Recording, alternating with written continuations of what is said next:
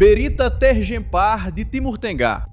Perang baru sahaja meningkat ke tahap yang lebih tinggi selepas pasukan Amerika Syarikat memintas dan merampas sebuah kapal berbendera Iran dalam satu tindakan langsung di laut, membuka fasa baru konfrontasi dengan rejim Iran. Pada hari Isnin 20 April 2026, apa yang berlaku adalah jelas. Washington memutuskan untuk menunjukkan kekuatan pada saat Selat Hormuz terus menjadi pusat krisis global dan Teheran membalas dengan ancaman tindak balas. Pihak yang berada di tengah-tengah perkara ini ialah Tentera Laut Amerika Syarikat, pengawal revolusi Islam Iran dan kepimpinan politik kedua-dua pihak. Di manakah kejadian ini berlaku? Di kawasan antara Laut Arab, Teluk Oman dan laluan yang menuju ke pelabuhan Iran Bandar Abbas, salah satu titik paling sensitif di dunia untuk tenaga dan perdagangan. Menurut Komando Pusat Amerika Syarikat, kapal pemusnah USS Prudence telah memintas kapal Tosca ketika kapal itu sedang menuju ke sebuah pelabuhan Iran. Kapal itu menerima amaran selama kira-kira 6 jam dan kerana tidak mematuhi arahan, tentera Amerika mengarahkan supaya bilik enjin dikosongkan dan melepaskan tembakan untuk melumpuhkan sistem pendorong kapal tersebut. Selepas itu, tentera marin menaiki dan mengambil alih kawalan kapal kargo tersebut. Bagaimana ia dilakukan? Dengan amaran awal, tembakan melumpuhkan dan operasi menaiki kapal oleh tentera.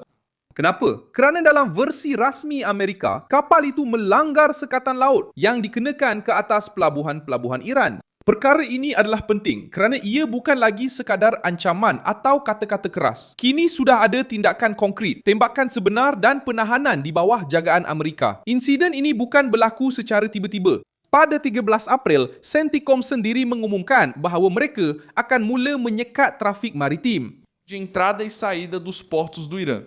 Sebelum itu, pada 11 April, Amerika Syarikat sudah pun memulakan operasi untuk membersihkan periuk api di Selat Hormuz dengan menyatakan bahawa mereka mahu membuka semula laluan perdagangan dengan selamat. Dalam arti kata lain, peningkatan ketegangan sedang dibina langkah demi langkah.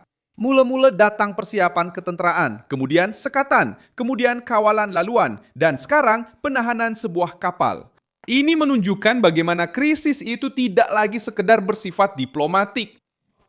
Satu pertikaian terbuka tentang siapa yang berkuasa di koridor maritim paling strategik di rantau ini. Dari pihak Iran, jawapannya datang dengan nada agresif.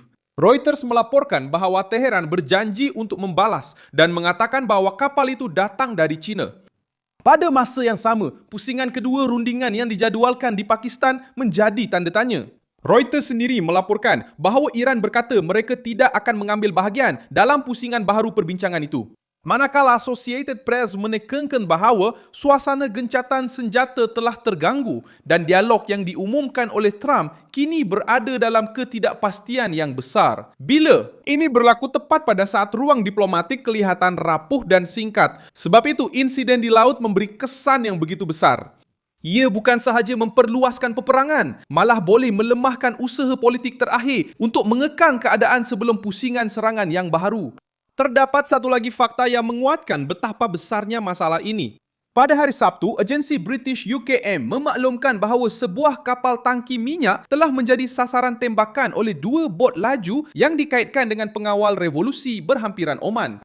Dan terdapat juga laporan mengenai sebuah kapal kontena yang terkena oleh projektil yang tidak dikenali. Ini membantu untuk memahami bagaimana penyingkatan ketegangan telah dibina di laut sebelum penahanan Tosca. Ia bukan satu insiden terpencil, tetapi satu siri tekanan ke atas pelayaran, sekatan, ancaman, dan tindak balas ketenteraan.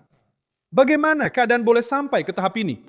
Gabungan Sekatan Amerika, pendirian tegas Iran dan kegagalan untuk menukar gencatan senjata kepada perjanjian yang stabil, mesej yang disampaikan adalah keras. Amerika Syarikat menunjukkan bahawa mereka berhasrat untuk mengekalkan sekatan dan mengenakan kos sebenar ke atas sebarang cubaan untuk memecahkannya. Sementara itu, rejim Iran cuba menunjukkan reaksi dan ketegasan, tetapi mereka memasuki kawasan yang sangat berbahaya kerana setiap pergerakan baru di laut boleh dijadikan alasan untuk serangan yang lebih besar. Tindakan balas yang lebih berat dan kejatuhan muktamad rundingan. Soalan utama adalah mudah. Adakah rejim Iran masih mengawal keadaan atau sudah hilang kawalan? Fakta terkini menunjukkan bahawa kawalan sepenuhnya terhadap situasi telah hilang. Ini penting kerana apabila satu struktur kuasa yang tertekan memutuskan untuk bermain-main dengan arteri tenaga utama di planet ini, hasilnya selalunya sangat dahsyat.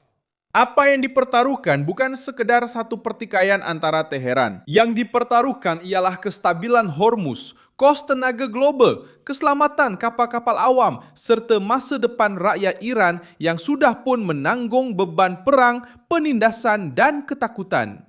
Jika laluan ini terus digunakan sebagai senjata politik, langkah seterusnya mungkin akan menjadi lebih keras dan jauh lebih meluas. Malah, di Amerika Syarikat sudah ada perbincangan mengenai pencerobohan darat ke atas Iran untuk mengekang ancaman dari Iran ini.